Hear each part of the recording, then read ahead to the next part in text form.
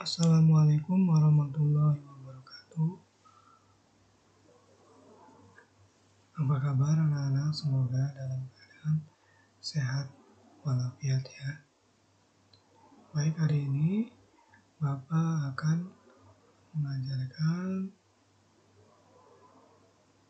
tema 6 dengan judul Cita-citaku. Subtema 2, Hebatnya cita-citaku.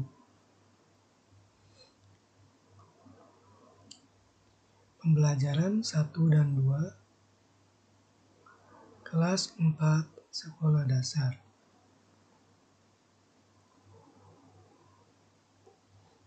Nah, di sini ada teks ya. Kita baca dulu. Sanita Lahman, nama wanita muda itu. Ia adalah seorang dokter yang beralih profesi menjadi seorang guru anak-anak prasekolah. Pada awalnya, ia mengajar anak-anak prasekolah untuk mengisi waktu luangnya. Akan tetapi, lama-kelamaan ia mencintai kegiatannya itu. Baginya, mengajar anak-anak prasekolah membuatnya mengerti tumbuh kembang anak yang akan memengaruhinya saat mereka dewasa kelak. Pada saat mengajar anak-anak prasekolah, ia menemui beberapa siswanya yang berkebutuhan khusus, seperti anak yang menderita autis atau kesulitan belajar lainnya. Anak-anak ini memerlukan cara pengajaran dan bimbingan khusus yang berbeda dengan anak-anak yang tidak berkebutuhan khusus. Ia melihat saat itu tidak banyak sekolah yang tahu bagaimana mengajar anak-anak tersebut. Sanita kemudian memutuskan untuk menimba ilmu dan keterampilan untuk membantunya untuk memahami anak-anak tersebut. Dengan demikian, ia dapat menjadi guru yang baik bagi anak-anak tersebut.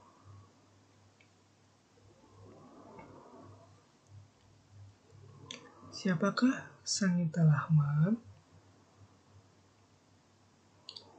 Mengapa ia ingin menjadi guru?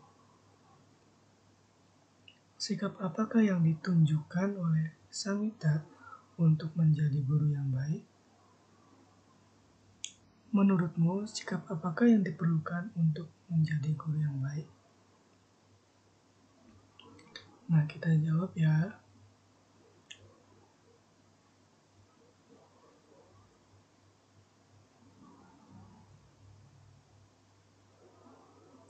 Siapakah Sanita Lahman? Sanita Lahman adalah seorang dokter yang beralih profesi menjadi seorang guru anak-anak prasekolah. Mengapa ia ingin menjadi guru?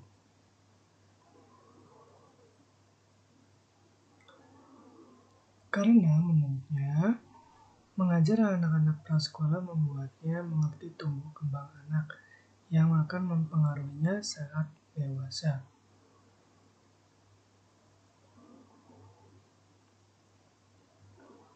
Sikap apakah yang ditunjukkan oleh Sanita untuk menjadi guru yang baik?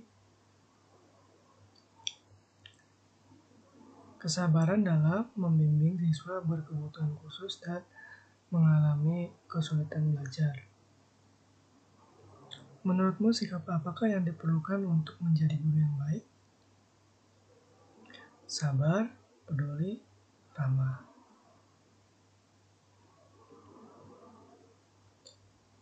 Nah, selanjutnya ini ada puisi tentang cita-citaku karya M. Ridwan Hafiz. Cita-citaku ingin menjadi dokter agar dapat menyembuhkan orang yang sakit. Cita-citaku ingin menjadi dokter agar anak-anak menjadi sehat. Aku harus belajar dengan sungguh-sungguh agar dapat menggapai cita-citaku itu. Aku harus belajar dengan sungguh-sungguh agar menjadi orang yang berguna bagi nusa dan bangsa. Apa judul puisi tersebut? Siapakah yang membuat puisi tersebut? Bercerita tentang apakah puisi tersebut? Apakah yang membedakan puisi tersebut dengan bacaan sebelumnya? Buatlah sebuah gambar yang dapat mewakili isi puisi tersebut. Apa judul puisi tersebut? Judulnya adalah Cita-Citaku. Siapakah yang membuat puisi tersebut? M. Ridwan Hafiz. Bercerita tentang apakah puisi tersebut? Puisi berisi seorang anak yang memiliki cita-cita menjadi seorang dokter. Apakah yang membedakan puisi tersebut dengan bacaan sebelumnya?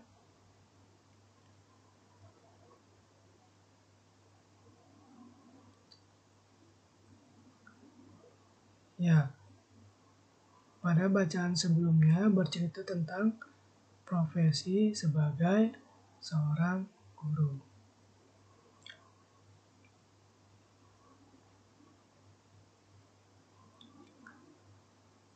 Nah, di sini kita lihat ada seorang dokter dan perawat, dan kemudian juga ada seekor monyet ya.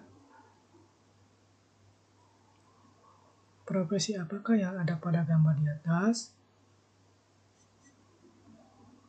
Ya, profesi dokter hewan ya. Nah, kita lihat di sini ada daur hidup katak. Ya.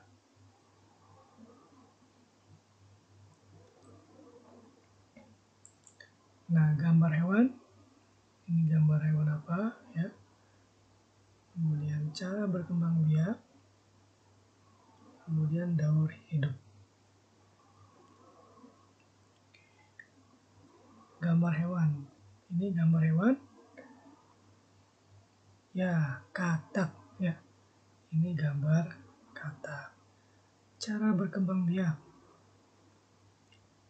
dengan bertelur ya.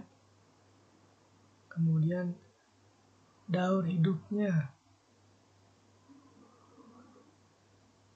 Daur hidupnya dimulai dari telur, kemudian berudu, kemudian menjadi berudu berkaki, kemudian katak berekor, terus selanjutnya menjadi katak dewasa. Kemudian daur hidup capung.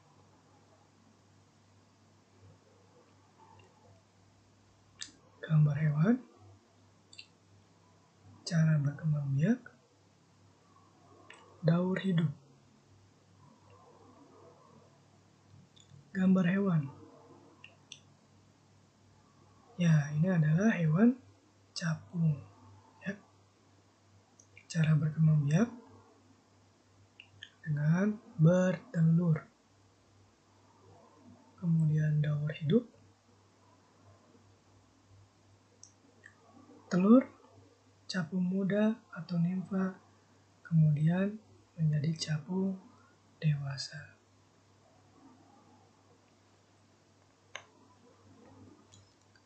Kemudian daur hidup kecoa.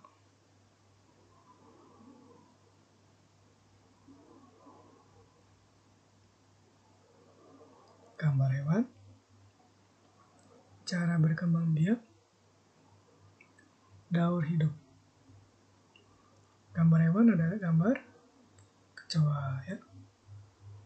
Kemudian cara berkembang biak dengan cara bertelur. Daur hidup. Ya, daur hidup dimulai dari telur, kecoa muda atau nimfa, kemudian menjadi kecoa dewasa.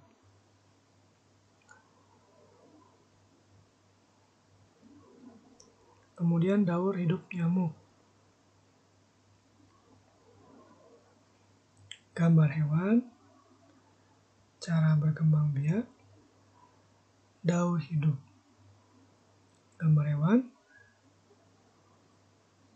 ya ini adalah hewan nyamuk.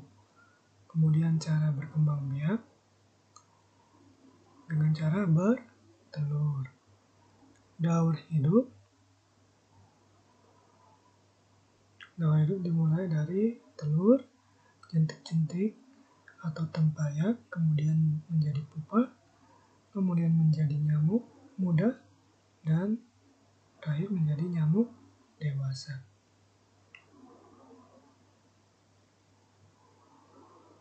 Selanjutnya ada puisi penari karya Hascahyat Triliun Laksana. Anggunnya gerak tubuhmu, lentiknya jemari-jemari berpandu indah, dalam langkah gemulai, hentakan irama mengalun syahdu, lirikan mata yang tajam, berubah sekejap menjadi indah, kibasan selendang emas bergoyang perlahan, liukan leher mengundang kekaguman, menari dan terus menari dengan senyum ketulusan, gerakanmu sungguh indah karena engkau menari dengan hatimu.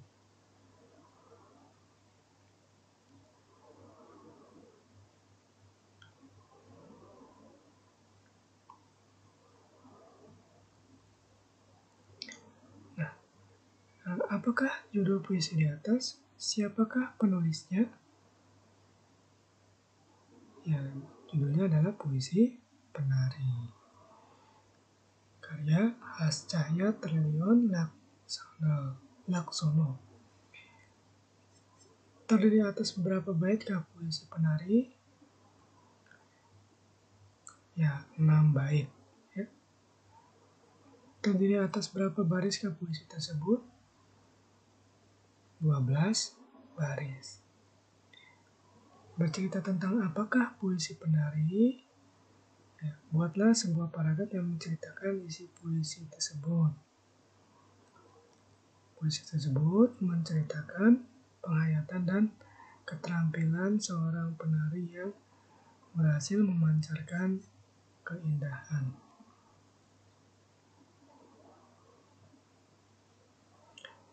Nah, sekarang kita lihat gambar tari berikut ini. Yang pertama adalah gambar tari apa? Ya, tari pendet dari Bali. Ya. Kemudian yang kedua ini gambar tari apa? Ya, ini gambar tari piring dari Sumatera Barat. Yang ketiga ini gambar tari apa? Ya, ini adalah tari saman dari Aceh. Yang terakhir ini gambar tari remo dari Jawa Timur.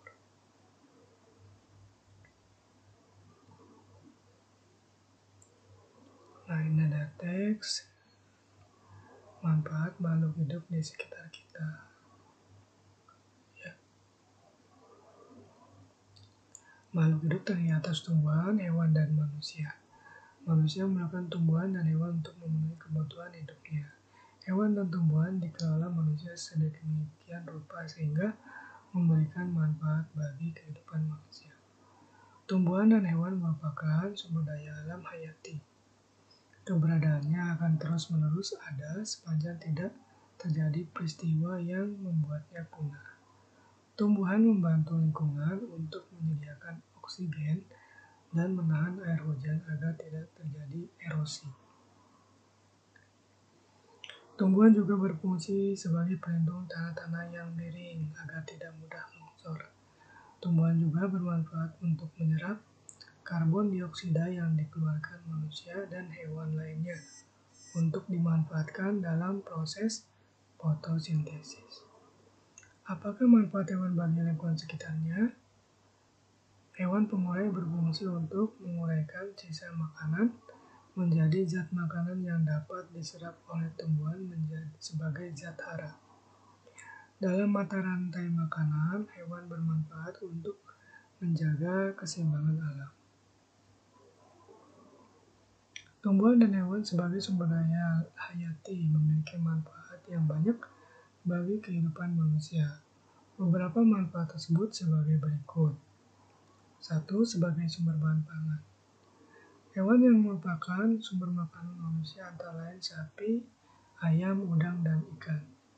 Sedangkan tumbuhan yang menjadi sumber makanan antara lain sayuran, buah-buahan, dan palawija seperti padi, kedelai, dan jagung.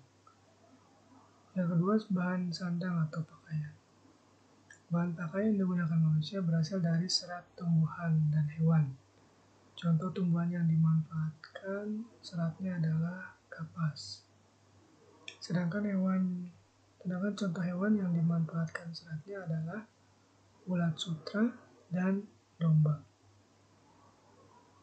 Serat-serat ini diolah menjadi benang yang kemudian dipintal dan ditenun menjadi kain.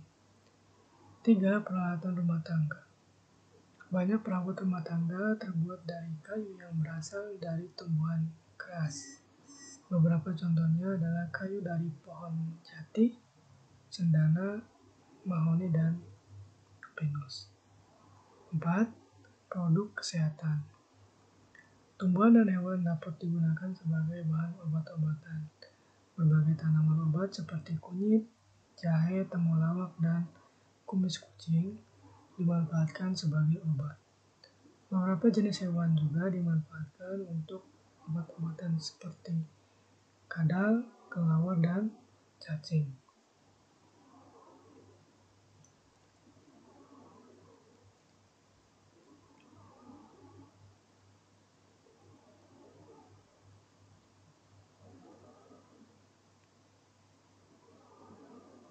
Nah, sekarang buatlah peta pikiran untuk menjelaskan manfaat tumbuhan dan hewan terhadap kehidupan manusia. Jelaskan manfaat tumbuhan bagi lingkungan sekitarnya. Yang pertama, membantu mengurangi pemanasan global. Kedua, memberi suasana sejuk dan rindang. 3. Dapat menghasilkan buah. 4. Membantu membersihkan udara dari racun. Jelaskan manfaat hewan bagi lingkungan sekitarnya. Sebagai penghasil tenaga untuk membantu manusia, seperti kerbau. Menghasilkan pupuk organik, misalnya pupuk kandang.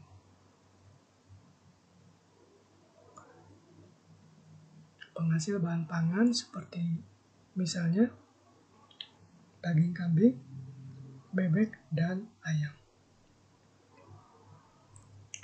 Apakah yang akan terjadi pada daerah yang tidak subur sehingga tumbuhan sulit tumbuh? Daerah menjadi gersang. Udara terasa sangat panas. Apakah yang akan terjadi pada hewan-hewan yang berada di hutan yang telah dirusak oleh kegiatan manusia? Hewan akan kehilangan habitat dan juga akan turun ke pemukiman warga.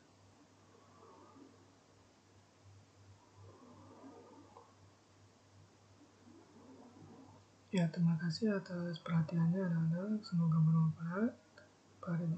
Bapak akhiri. Wassalamualaikum warahmatullahi wabarakatuh.